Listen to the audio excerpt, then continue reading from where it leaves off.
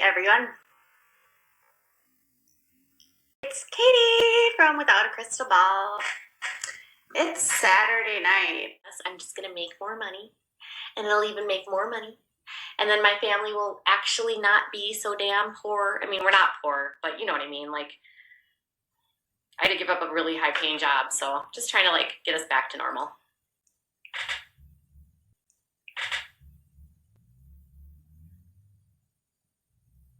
See, it's funny because I don't necessarily think of myself as a journalist. I don't really know what I consider myself. I've never thought of myself as a journalist. I've always thought of myself as a writer. I would say, in a lot of ways, I would say when I am doing journalist work, it's more like investigative journalism. I'm definitely not a journalist that does just this is the story, here it is. I always have to provide a little bit of my opinion. So then I feel like I also end up sort of going on the op-ed side of things. I'm not a traditional journalist, and probably one of the nastiest things that someone ever said to me was a woman that worked at a local newspaper in my town, or in the Twin Cities, and she's like, you really don't believe you're a journalist, right? Because that's not what you're doing.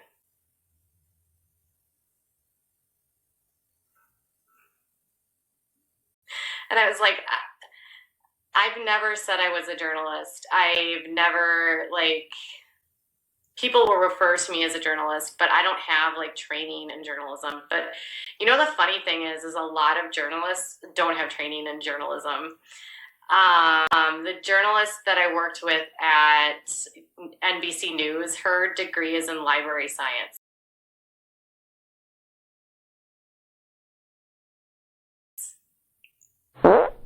So, there's this very big misnomer that journalists have degrees in journalism, and that's just simply not true. A lot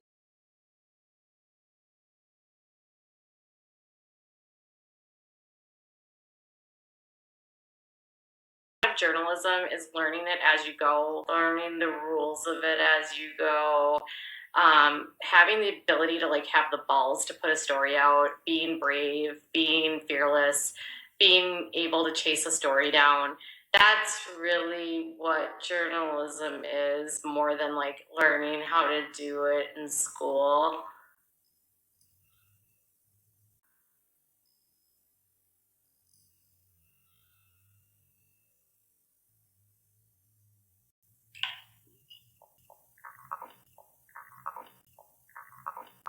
I think having a good comp class and good writing skills absolutely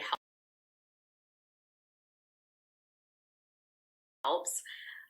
But then there's the story component and the instinct that you can't really be taught.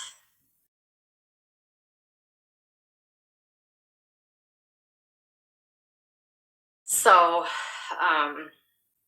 yeah.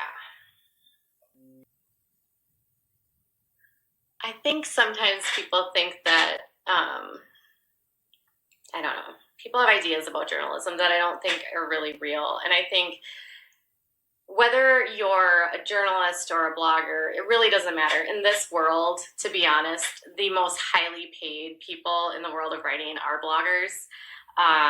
Blogs are some of the most highly read content now in terms of media. And I don't know, but there's definitely a relatable aspect to blogging. There's a relatable aspect to writing columns like this. I started as a blog,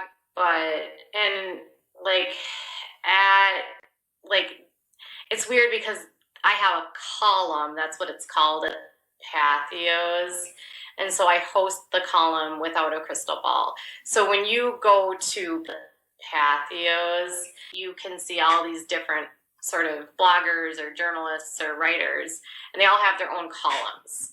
And so everyone has their own page on Pathios.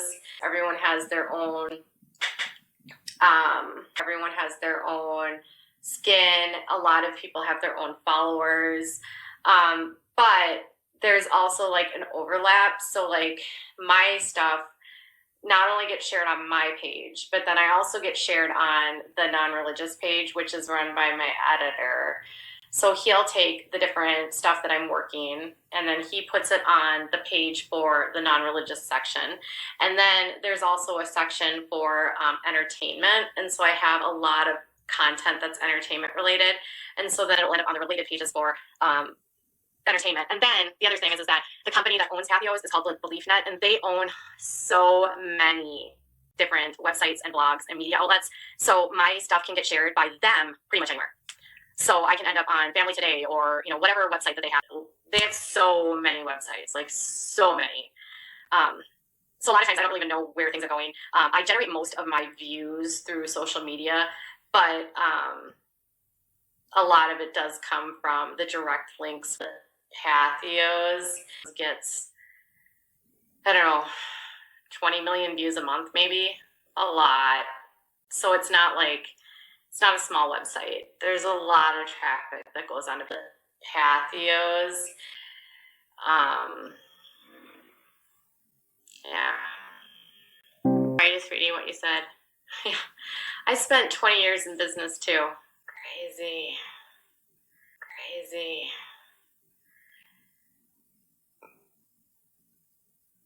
So, yeah.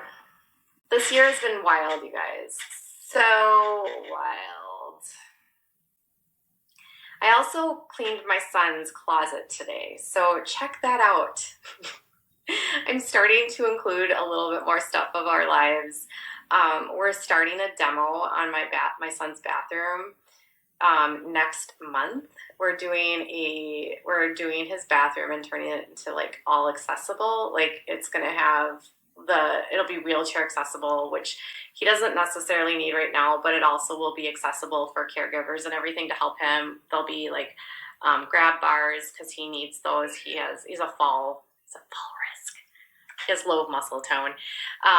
Like different things for cleaning. I'm just so excited. So I did a little video today of like what the bathroom looks like now, and I'm going to just do it in little stages so you guys can see how it comes together.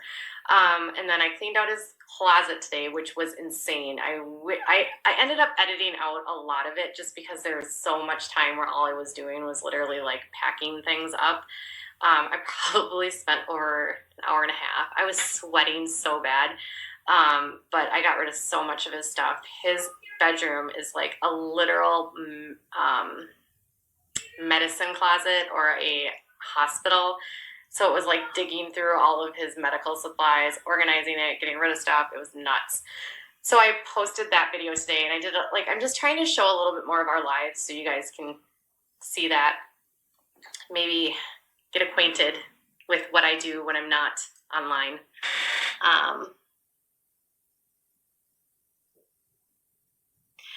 Yeah, so Teresa, this tub we're doing, it's a 6-foot tub, and it has a lift. So it'll have a chair that goes on the inside, but then it also has that chair can swivel out, and then you can put it down. And so basically what happens is all they have to do is sit on the chair, and then you, the caregiver, just swivel it over, and then they can get into the tub. And that's like what we really wanted for when he gets older, because he needs so much help, and he is not, I'm sure you know, Teresa, with grooming and autism, it's not like something they really they think about, so they need help with it. So yeah, I will definitely, yeah, that's what we're doing, Teresa. I can take pictures of it so you can see it. We're doing a 6-foot tub. And it has like a little, that has the lips in it so that a chair can actually sit in there. And then when they sit in there, then it has like all the extensions that come around. So it has the shower head, but then it has another like washer so that when the person's sitting, you can wash them and clean them, which I'm super excited about. And then we're getting rid of our carpet, which I'm really excited about too. So that's what I'm up to this was my mellow Saturday night. I can't believe my life is what it is. Thank you guys for always reading my content and sharing with me and listening to me babble, because sometimes I'm like, I can't believe people even want to listen to me. And then I always find it funny when